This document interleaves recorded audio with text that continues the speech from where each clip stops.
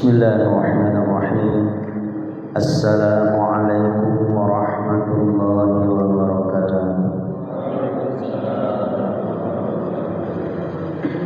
Alhamdulillahi rabbil alamin. Assalatu wassalamu ala asrafil anbiya'i wal mursalin sayyidina wa maulana Muhammadin wa ala alihi wa sahbihi ajma'in. Allahumma rabbi israh lana sudurana wa yassir lana umurana wahlul 'uqdatam min alsinatina yafqahu aqwalana. Allahumma akrimna bil fahmi warzuqna bil ilmi wal fahmi wal aqli bihaqqi sayyidina wa maulana Muhammadin wa ma tabi'ahum bi ihsanin ila yaumiddin. Walhamdulillahi rabbil alamin. Subhanaka la ilma lana illa ma 'allamtana innaka antal alimul hakim. Shadaqallah. Ma'asyiral muslimin wa jamratal mu'minin rahimakumullah. Alhamdulillahi rabbil alamin. Tabanjatkan puji serta rasa syukur kita kepada Allah Subhanahu wa taala. Alhamdulillah, di malam hari ini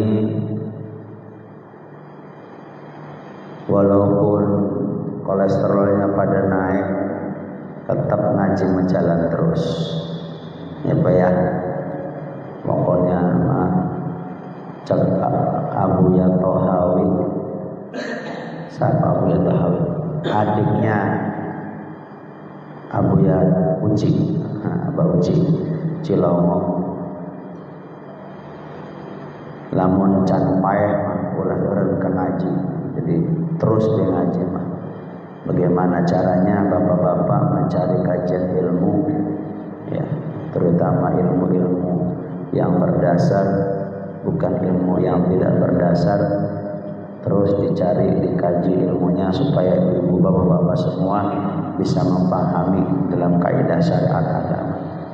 Karena penting bagi seorang alim, bagi seorang hamba terutama untuk mencari ilmu. Apalagi kita sebagai seorang suami, sebagai seorang kepala rumah tangga, kalau kita nggak mau ngaji, nanti siapa yang ngajar istrinya untuk ngaji? Kalau istrinya nggak mau ngaji, terus siapa nanti yang ngajarin anaknya untuk ngaji? Kalau seorang anak nggak mau ngaji, terus siapa yang ngajiin bapaknya? Kalau nanti bapaknya ibunya mati, penting aja bersambung itu Pak. Ya diulang tuh. Kalau kita sebagai seorang suami nggak mau ngaji, siapa yang ngajar istri kita ngaji? Musuh datang ke majelis ilmu, tetap aja suami punya peran penting Pak. Tadi saya ngomong ke ibu-ibu, dari dulu saya tuh pengen ngajarin ibu-ibu tafsir Quran, tapi saya nggak bisa. Karena kalau ketika baca tafsir saya harus melototin mulutnya. Masa saya melototin perempuan yang bukan muhrimnya? Kan nggak boleh. Ntar ada konek lagi bahaya kan.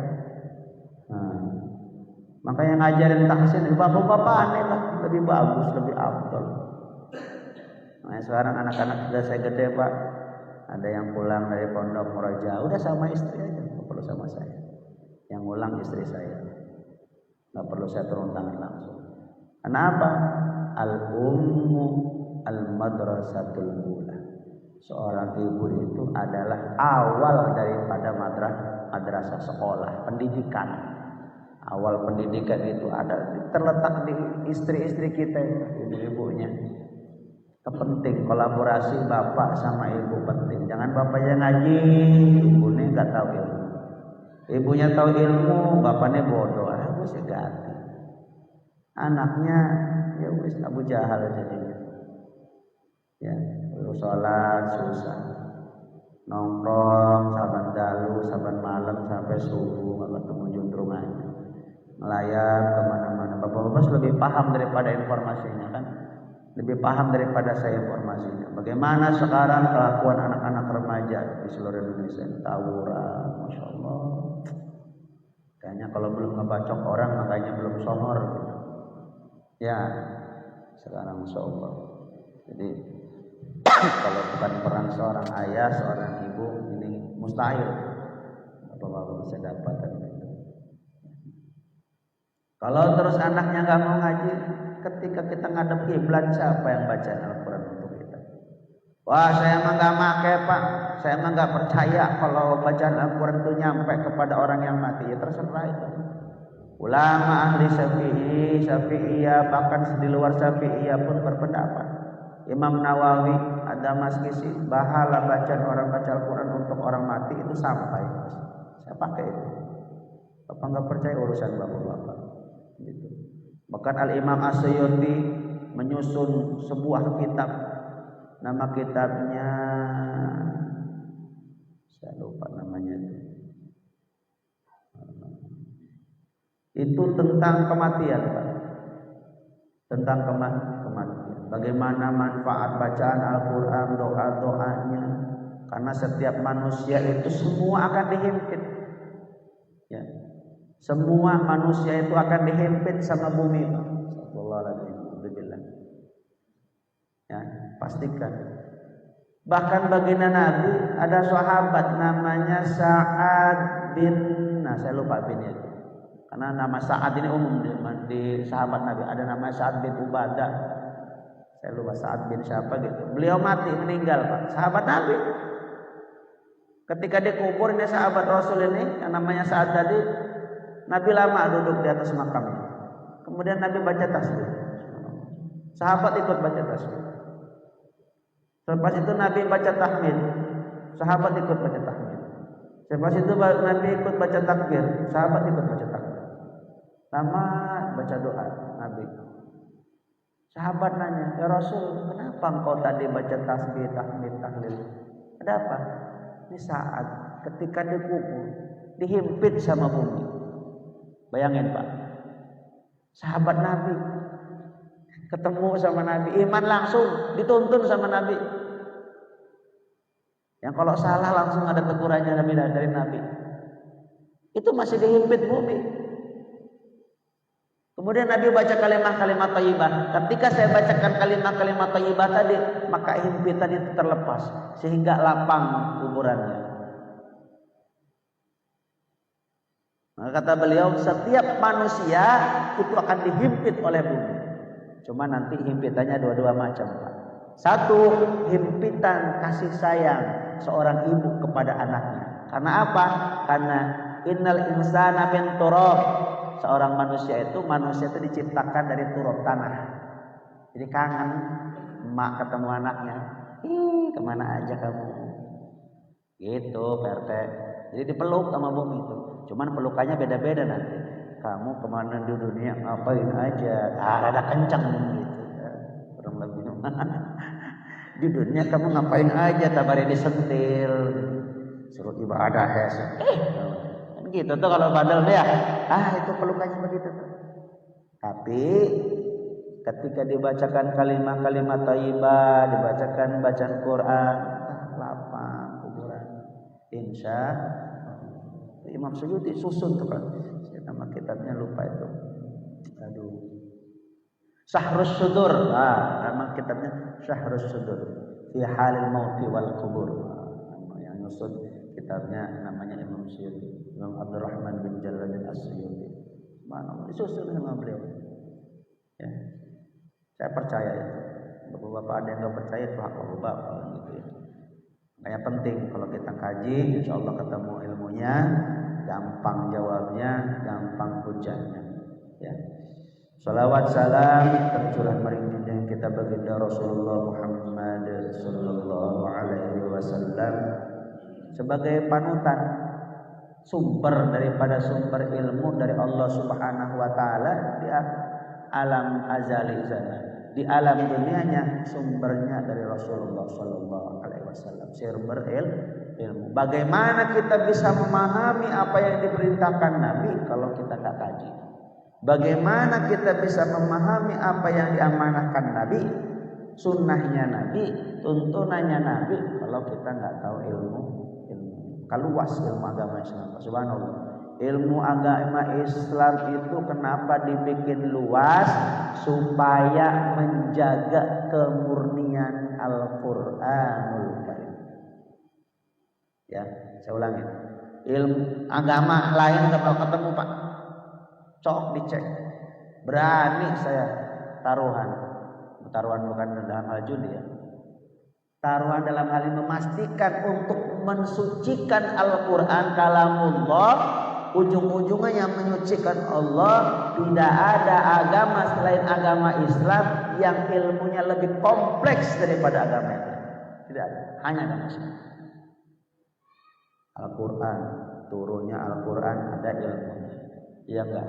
Cara ngebacanya ada ilmunya. Susunan kalimahnya ada ilmunya. Susunan kalimahnya ada ilmunya, penjelasannya ada ilmunya. Yang ngejelasin ahli tafsirnya ini Pak, ini untuk ngecek orangnya tadi ada ilmunya. Misalnya Imam Jalaluddin Abdurrahman As-Suyuti gitu, atau Imam Ibnu Katsir gitu, itu memastikan yang nyusun nih bukan orang, secara kita akademisinya ya, memastikan orang itu ada ilmunya Pak. Terus dapat riwayatnya dari si A, riwayat si B, sahabatnya ini susunan riwayatnya juga ada ilmunya. Memastikan riwayat ini benar-benar kuat, ada ilmunya. Subhanallah. Ya, nggak salah-salah. Bukan bikin orang bingung kan. Jadi kalau ketika ada yang menyoal, semua udah ada jawabannya. Ya. Makanya orang-orang yang putus asa kayak kemarin di Swedia, ketinggalan zaman kalau kamu sekarang nginjek-nginjek Al-Quran. Ya, tinggal didoain aja biar kita laknat. Yang begitu mah orang-orang udah putus asa, mau pakai cara apa lagi menjatuhkan Al-Quran? Tuh orang-orang kafir tuh Pak, disobek, diinjak, dibakar, dipakai bungkus Nabi di Swedia kemarin kan? Karena udah nggak ada cara lagi buat menjatuhin Al-Quran Pak. Mau pakai ilmu nggak ada ujung-ujungan. Orang yang dari Allah, mau pakai ilmu apa? Nggak bakal ketemu. Orang bakal menang. Kemurnian Al-Quran benar-benar terjaga dengan ilmu Al-Quran. Subhanallah. Ya. Jadi bangga dah kita jadi orang yang beragama Islam ini. Punya kitab yang namanya Al-Quran. Benar-benar. Makanya berkata Allah, Inna nahnu nazzalna lidzikri wa inna lahu lahafidun. Sesungguhnya kami sendiri yang menurunkan Al-Quran dan kami sendiri yang akan menjaganya. Subhanallah. Ya, Allah memastikan itu. Ilmunya luar biasa. Jadi karena udah putus asa, mau pakai cara apa ini? Di debat nggak ketemu, kalah deui bae. Di debat Al-Quran ketemu. Sebelum di debat Allah sendiri yang nantangin, coba bikin yang semisal dengan saya kata Allah. Satu ayat nggak usah banyak, nggak bisa. Sebelum ngedebat udah ditantangin sama Allah.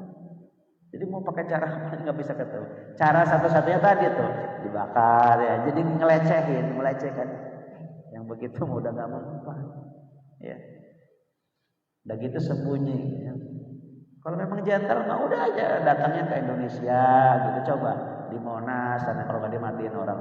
Nggak usah kita turun tangan. Sama tukang beca juga udah habis itu. Sama tukang ojek gitu. Coba di Indonesia kalau bener-bener dia nih bener nih orang yang ngebakar Al-Quran itu katanya agamanya bener ya, udah jangan sembunyi di negara non kafir. Datang kalau bener-bener hebat, datang ke negara Muslim, mayoritas Muslim di Arab gitu kan, di Indonesia gitu. Oh, usah kita turun tangan sama tukang ojek online juga udah habis itu mereka. Kalau benar. Nabi coba karena benernya baginda Rasul, karena benernya syariat Islam, risalah dari Allah turun di tengah-tengah orang kafir, Pak. Karena benar, ya kan? Itu tuh kalau mau nantangin agama bener apa enggak, turun di tempat mayoritas yang berlawanan, jadi keuji kebenarannya. Datangnya di negara non Muslim, iya dia. Itu mah cemen doang. Wani-wani angas jare wong serang. Jadi alhamdulillah kita kaji ini semua untuk menjaga kemurnian Al-Quran, menjaga kesucian Allah Subhanahu wa Ta'ala. Mudah-mudahan ini menjadi hujah untuk kita, Pak. Hadirnya kita begini, kaji ilmu begini sebagai hujah, pembela. Hujah itu pembela ketika nanti kita dihisab di yaumil mahsyar, insyaallah. Termasuk kita juga mendapatkan syafaat dari Rasulullah sallallahu alaihi wasallam. Baik Bapak-bapak, kita lanjutkan kajian fikih kita, hadis nomor 6. Bismillah. Wa an Abi Sa'id radhiyallahu anhu anna Rasulullah sallallahu alaihi wasallam, dari Abi Sa'id radhiyallahu anhu, sesungguhnya Rasulullah sallallahu alaihi wasallam qala, berkata, guslul jumu'ati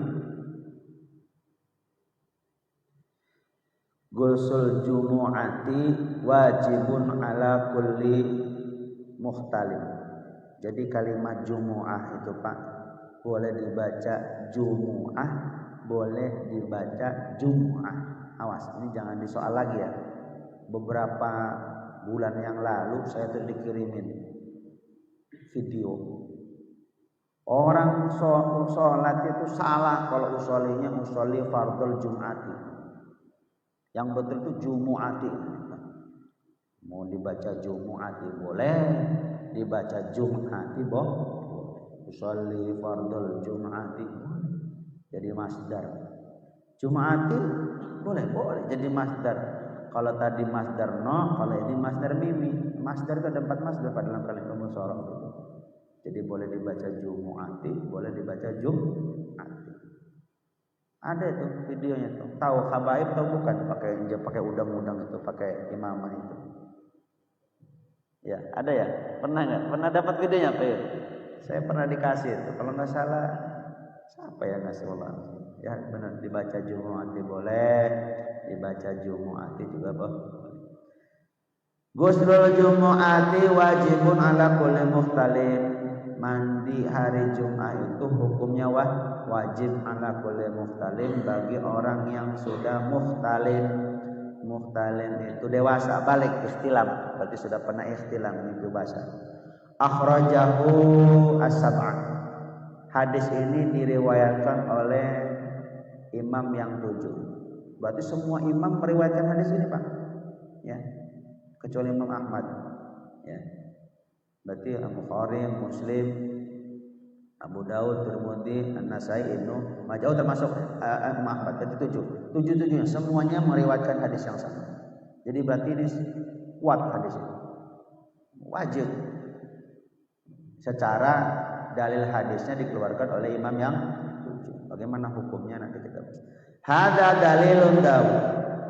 Hadis ini dijadikan dalil oleh Imam Abu Daud fi ijabati guslul jum'ati, terhadap wajibnya mandi Jumat. Jadi Imam Abu Daud berdasarkan hadis ini menghukumi mandi wajib itu mandi Jumat itu wajib. Apalagi tadi diriwayatkan oleh imam yang 7. Thiqah kuat.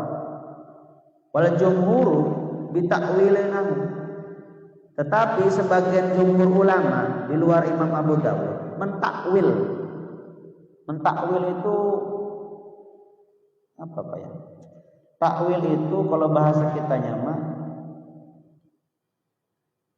ini makna bukan sesungguhnya. Bukan itu maksudnya gitu. Itu namanya takwil. Kaidah lagomnya atau bahasanya itu berkata wajib, tetapi sebenarnya bukan keharusan wajib. Jadi makna wajibnya itu bukan wajib seperti wajib kita sholat pada fardu sholat, sholat wajib begitu, bukan maksudnya. Jadi itu namanya takwil. Jadi takwil itu memaknai hadis itu bukan seperti makna zahir bahasanya, itu namanya takwil.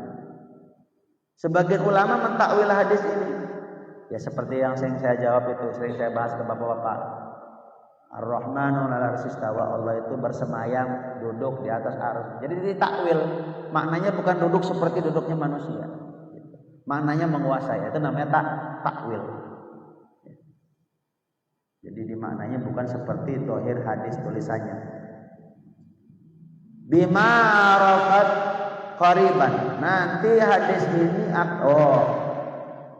sebagian ulama mentakwil hadis ini seperti nanti yang akan kita bahas dalam hadis selanjutnya. Begitu kata Syekh Muhammad bin Ismail.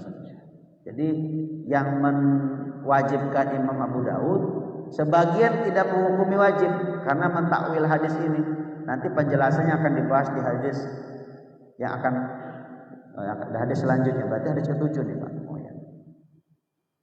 Wa qad qila innahu kana ijabil ula amara bil ghusli makanu fihi min daikil hali wa ghalibin libasuhumus sofi wa hum fil ardi kharabil hawai fakanu bi'urukuni indal ijtima'i lis salatil jum'ati. Faqad qila innaka anal ijab. Kenapa ini diwajibkan? Ada yang berpendapat begini Pak. Kenapa mandi Jumat itu diwajibkan? Berpendapat begini. Awalul amara bil ghusli, pertama kali diperintahkan mandi di makanu fihi daikil hali. Jadi mandi Jumat itu kenapa awalnya diperintahkannya wajib? Karena pada saat itu min daikil hali, masanya masa sulit. Karena pada saat turun perintah mandi Jumat itu wajib, karena pada saat itu umat baginda Nabi Muhammad SAW atau pada masa itu, pada keumumannya Pak, bukan hanya di umat baginda Nabi Muhammad, bukan umat Nabi saja Pak ya. Keumumannya pada masa itu termasuk masa yang sulit. Wa ghalibu libasuhumus sofi. Umumnya orang berpakaian baju itu as-sof, dengan benang wol dari domba, bulu domba gitu. Ya. Wa hum fi ardi haratil hawai fakanu bi uruqi indal istimai. Dan juga pada saat itu pakaiannya pakaian wol. Terus pada zaman itu masanya juga sedang panas. Ya. Indal ijtima'i li sholatil jum'ati. Sehingga orang-orang yang mau sholat Jumat itu pada berkeringat Pak. Udaranya panas, bajunya wol tebel, keringetan. Jadi kenapa pada saat itu suruh mandi? Ya tadi kondisinya. Pas mau sholat Jumat bau keringat. Jadi ulama ini luar biasa pendekatannya. Kita lihat di sini ya. Pendekatannya itu luar biasa ulama-ulama. Bau badan itu kurang bagus kalau untuk sholat berjamaah. Tetapi tuntunan sholat berjamaahnya tidak diubah, tetap rapat. Untuk mengakali supaya tetap rapat disunahkan atau diwajibkan mandi pada saat itu. Disunahkan pakai wangi-wangian, diwajibkan mandi. Nggak kayak yang di Indramayu sana Peri. Katanya karena bau suruh berjarak, kan keplek itu namanya Pak. Geblek yang begitu mah. Tuntunannya tetap dipakai, tapi ngakalin supaya nggak bau badan. Ya gosok gigi lah kalau bau petek mah. Kan begitu, bukan jaraknya yang dipisahin.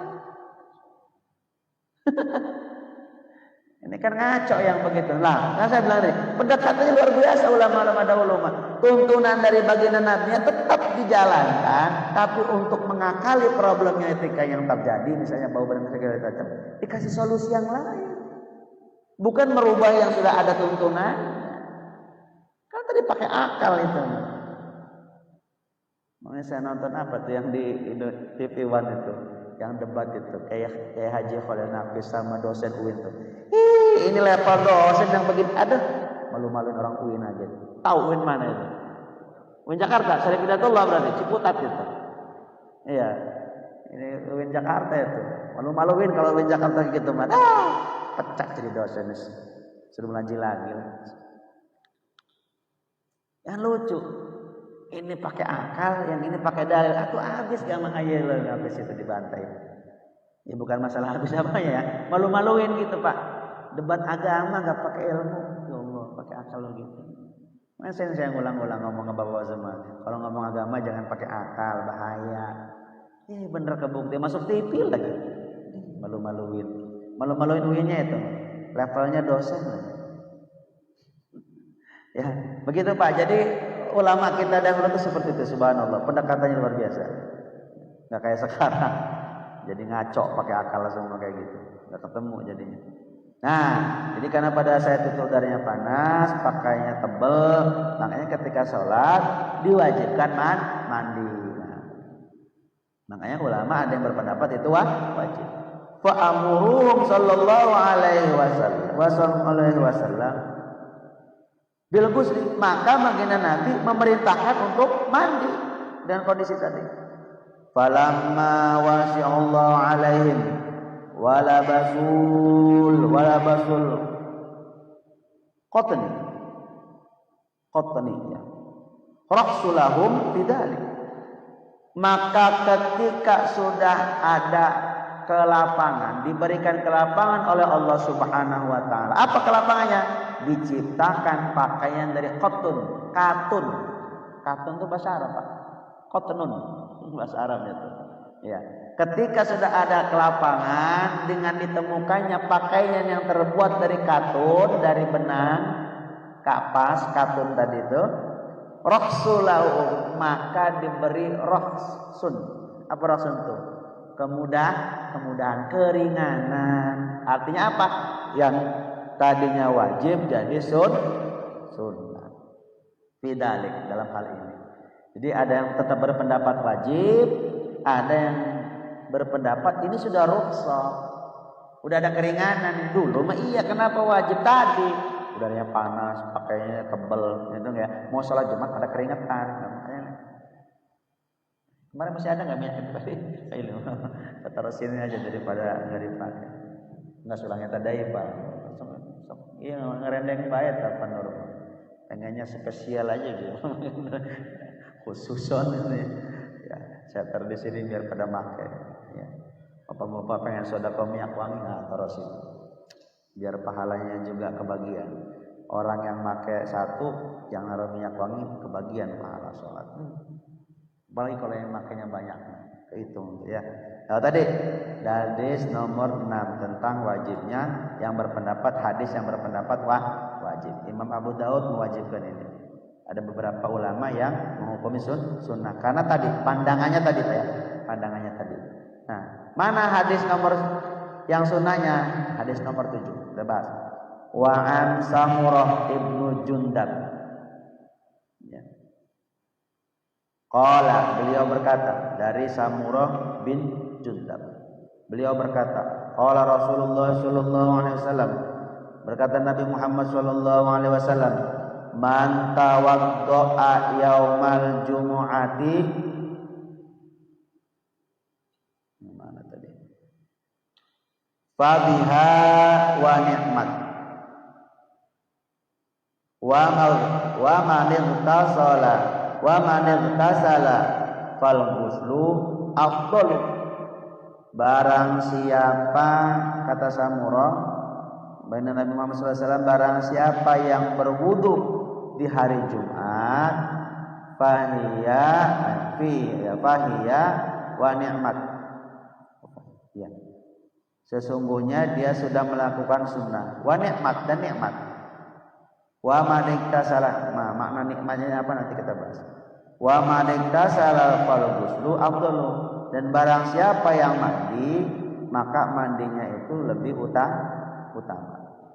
Gitu bunyi hadisnya. Rawahu khamsun, diriwayatkan oleh imam yang 5. Wa hasan Tirmidzi, dan Imam Tirmidzi mengategorikan hadis ini hasan. Kalau tadi ini 7, yang pertama nomor 5, 6, yang nomor 6, nomor 7 ini diriwayatkan oleh imam yang 5. Berarti pengecualian Imam Bukhari dan Imam Muslim. Baik, kita bahas. Samurah ini belum kita bahas perawinya, kita bahas biografi Samurah dulu Pak. Samurah ibnu Jundab Al-Fazari, nama aslinya gitu, Samurah bin Jundab Al-Fazari, Khalifah Ansari, bukan khalifah dalam makna khalifah sesungguhnya Pak. Khalifah itu pentolan, salah satu tangan kanan lah pada bahasanya, pentolan atau petinggi Al-Ansari daripada kaum Ansor. Nazal Kufah, beliau tinggal di Kufah, wa waliyal Basrah, dan juga menjadi gubernur di Basrah, wa adadahu fil Basrah, ini beliau juga tinggal lama di Basrah, kana minal hafadh. Beliau ini seorang hafid, hafal Quran, al-maksarina, dan juga hafal hadis yang banyak. Bil Basrah mata akhar, beliau meninggal di Basrah. Jadi tinggal di Basrah, lama tinggal di Basrah, jadi gubernur di Basrah, Irak berarti Pak ya. Dan juga meninggalnya di Basrah. Sanata tis'a wa khamsina. Beliau meninggal di tahun 59 Hijriah. Itu sedikit biografi tentang Samurah bin Jundab Al-Fazari. Kata Nabi Muhammad SAW, barang siapa yang berwudu di hari Jumat, fiha, berarti dia sudah melakukan sunnah. Wa nikmat, dia sudah mendapatkan sunnahnya. Jadi nikmatnya itu dia sudah mendapatkan sunnah. Kenapa diganti kalimat sunnah dengan nikmat? Au bi raksi ahadan wa ni'mata li anna sunnatil ghusl. Au bil faridati ahada wa ni'matal faridatu fa innal wudu'a minal faridah. Kenapa kalimat sunnahnya diganti dengan nikmat? Karena dia sudah mendapatkan kesunahan itu sendiri, satu. Yang dengan dia berwudu tadi. Li'anna sunnatil ghusl. Yang keduanya, dia sudah mendapatkan kesunahan itu dengan tidak tidak melakukan mandi. Gitu Pak. Ya. Walaupun mandi itu ada yang menghukumi fardu. Jadi lebih mudah maknanya gitu Pak, lebih ringan. Maknanya ditulisnya dengan ini. Jadi satu, dia sudah mendapatkan kesunahan. Yang kedua, dia sudah lebih ringan melakukannya dengan tidak mandi. Wa man iktasala fal ghuslu afdalu. Dan barang siapa yang mandi, itu mandinya itu lebih utama. Wa man saqqasa sam'an Al-Hasan bin Samurah. Dan sebagian ada yang mensahihkan hadis ini seperti Al-Hasan dari Samurah tadi. Al-hadisu sahihun. Hadis ini sahih, kuat. Wa fi sama'ahu minhu khilafan. Yang mana didapatkan dari Samurah ada beberapa perbedaan pendapat. Wal hadisu dalilun ala adnu wujubil ghusli wa huwa kama arafat. Hadis ini menjadi dalil tidak wajibnya mandi Jumat. Kalau tadi hadis nomor 6 wajib, hadis nomor 7 ini tidak wajib. Ini yang jadi pedoman beberapa ulama mengkategorikan mandi Jumat itu tidak wajib. Dalil jumhur ala dalika wa ala ta'wilil hadis ijabun. Ini jadi dalil juga ya. Sebagian ulama dengan mentakwil hadis yang nomor 5 tadi.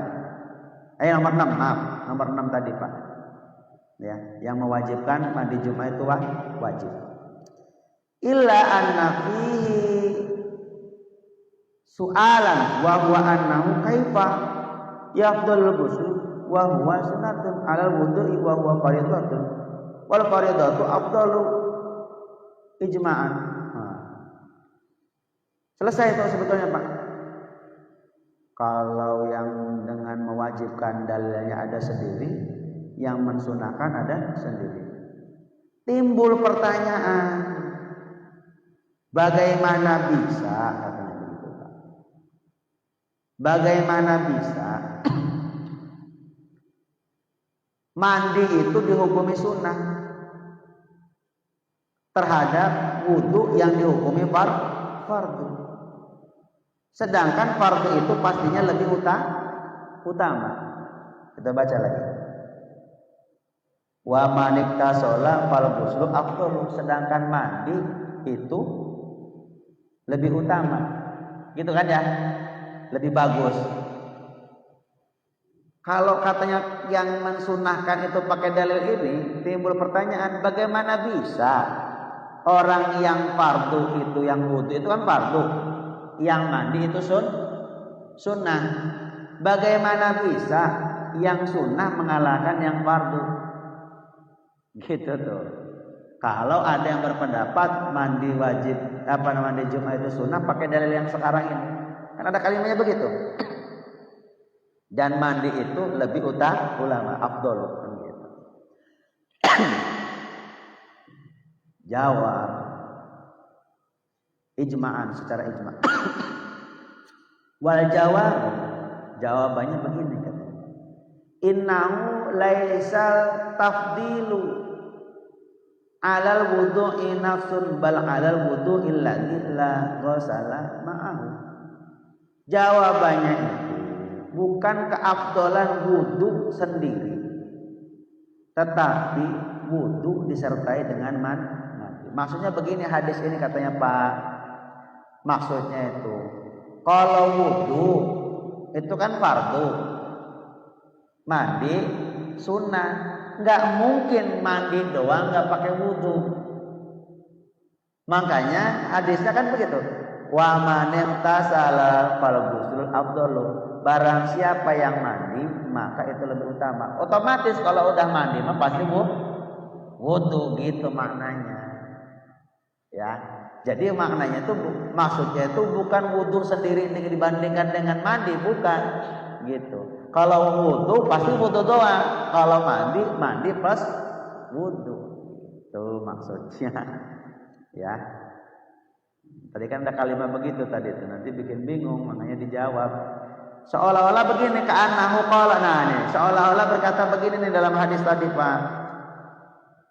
Man tawaddo'a wal ghuslu, barang siapa yang berwudu dan mandi ya, fahuwa afdalu, itu lebih utama daripada mimman tawaddo'a faqat, daripada orang yang berwudu saja. Itu kurang lebih. Wadalu li'admil farid wadalu li'admil faridaihi aidan hadisu Muslim. Ini juga ada dalil tentang kefarduan dari hadis Imam Muslim. Man tawaddo'a fa ahsanal wudu'. Nah ini yang maksudnya yang ini Pak, yang sunnah ya Pak. Yang sunnah juga ada dalilnya ini dari Imam Muslim. Man tawaddo'a fa ahsinul wudu'i. Barang siapa yang berwudu dan dia memperbagusi wudunya, ya, memperbaiki atau membaguskan. Maksudnya membaguskan ini sesuai rukun, tuntunan bagaimana cara wudu yang baik dan benar.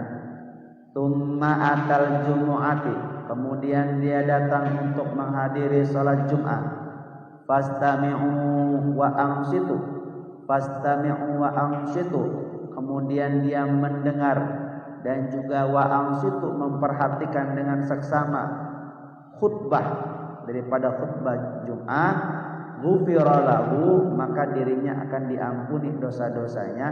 Ma bainal jum'ati ilal jum'ati, dosa-dosanya dari Jumat satu ke Jumat yang lain. Wa ziyadata salasati ayyam, bahkan dilebihkan 3 hari. Luar biasa afdalnya, fadilahnya. Jadi kesunahan mandi itu ada juga hadis dari Imam Muslim. Barang siapa yang dia berwudu, kemudian dia memperbagus wudunya. Bukan memperbagus wudunya itu bukan maknanya yang tadinya 3 basuhan dibikin 5 basuhan, bukan begitu Pak. Wudunya sesuai tuntunan ilmu fiqh. Bagaimana cara membasuh muka, bagaimana cara membasuh tangan, ya enggak? Basuh kepala, terus mencuci membasuh telinga, kumur-kumur bagaimana, menghisap air dengan hidung bagaimana. Yang sunnahnya juga diperbagus, dipakai, rukunya juga dibenerin gitu ya, sesuai tuntunan syariat fikih. Kemudian dia datang ke masjid untuk sholat Jumat, fastami uang situ, dan dia mendengar serta memperhatikan apa yang khatib sampaikan. Ghufira lahu ma bainal jum'ati ilal jum'ati, maka akan diampuni dari Jumat satu ke Jumat yang lain. Wa ziyadata salasati ayyam. Ditambahin 3. Premen tuh, Pak. Dari Jumat 1 berarti 1 minggu itu kan ada 7 hari itu. Diampuni dosa-dosanya di antara 7 hari tadi itu. Plus 3 hari. Gimana tuh? Ada hari ke-8, ke-9, ke-10 enggak ada kan? Padahal jumlah hari itu ada 7 kan? Nah, apa maknanya? Maknanya kita dijaga oleh Allah untuk tidak berbuat dosa. Karena enggak mungkin ditambahin 3 hari, tetap ada 7. Jum'ah ilal Jum'ah, tetapi di 3 hari setelahnya Allah jaga untuk dia taat kepada Allah. Allah jaga dirinya agar tidak berbuat dosa. Nah, gitu. Jadi bisa jadi bapak-bapak rajin sholat begini, rajin ngaji begini, ini bonus dari Allah. Ketika kamu Jum'ah kamu tuh khusyuk, nggak ngorok. Gitu ya. Ini mah salat Jumat jadi menina bobokan jamaah. Ya. Makanya kalau salat Jumat Pak, ini rahasia nih. Saya udah pernah kasih, nggak jadi kayaknya waktu itu ya. Udah ngasih belum Pak ini? Supaya belum Pak. Padahal mau udah mungkin lupa kalau jangan. Supaya ketika khotib gini Pak, kita ngaji begini orang bisa jadi datang atau bisa jadi tidak, kemungkinannya 2. Tapi kalau dia benar-benar muslim, ketika sholat Jumat dia wajib melaksanakan Jumat, betul ya? Kan begitu. Kalau begini kan kewajibannya hanya sebatas lumrah saja, orang bisa hadir bisa tidak gitu kan. Tapi kalau Jumat dia wajib hadir. Setuju kan? Paham ya? Ketika ada wasiat dalam taklim seperti ini, kemungkinannya juga 2, orang dapat atau tidak kan gitu, karena di antara hadir atau tidak. Tapi kalau Jumat orang akan mendapatkannya. Maka rahasianya ketika sholat Jumat, ketika muadzin membaca kalimat asyhadu anna Muhammadar Rasulullah di azan Jum'ah. Azan Jum'ah itu yang pertama apa yang kedua? Ini aja nggak tahu. Azan pertama apa azan kedua? Azan Jum'ah. Kedua-duanya di Jum'ah. Azan Jum'ah itu azan kedua, Pak.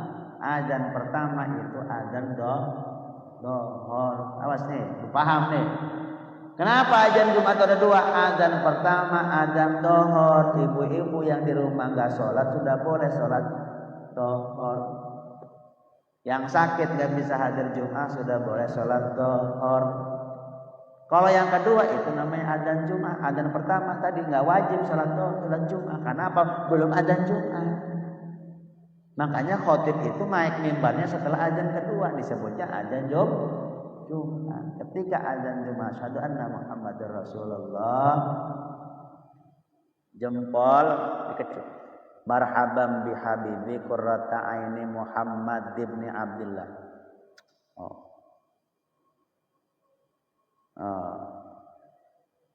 Insyaallah melek. Rong balik asyhadu anna Muhammadar Rasulullah. Marhaban bi habibi qurrata aini Muhammad ibn Abdullah. Ngaji ini insyaallah gatekan PRT. Buru gatekan. Jelinger. Amalin itu. Ini pengen ditulis-tulis bae. Cendel amat.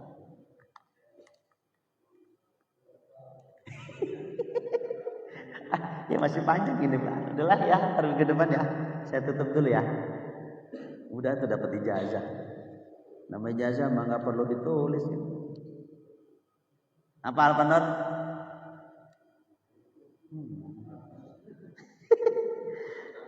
Nggak Instagram. Untung direkam. Nggak Instagram, Des. Ya udah. Nggak punya Instagram, Pak Bambang suruh cut videonya dipotong. Apa namanya itu aplikasinya itu? Siapa yang motong video itu? Pak Bambang belum bisa gitu, belum ada itu ya. Potong video, share. Ya, sebenarnya merahasia, tapi udah bocor nggak apa-apa lah, diamalkan.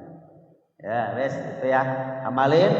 Insya Allah ngaji negatekan, khotbahnya nggak gampang ngorong. Itu. Cuman masalahnya sebelum ajan Jumat udah tidur duluan sih bapak-bapak, jadi nggak kebagian tadi tuh. Wih udah lewat udah hayat sholat ngeliep tadi tuh pas ada Muhammad Rasulullah ngeliep, aduh akhirnya bablas sampai komat tidurnya. Makanya ngaji nih jelema tulis naon tulis bae. Yes gitu baheula saya gitu ditulis bener. Kan diberi nyaho doang. Sampai apal sampai ka kiwarit. Lah atau sarua bae guru ge pernah ngora ya. Dulunya pernah modal. Kiraku. Yes gitu bae ya. Insyaallah manfaat. Mudah-mudahan Bapak-bapak bisa mengamalkannya. Mohon maaf apabila ada yang kurang berkenan. Pada Allah saya mohon ampun. Assalamualaikum warahmatullahi wabarakatuh.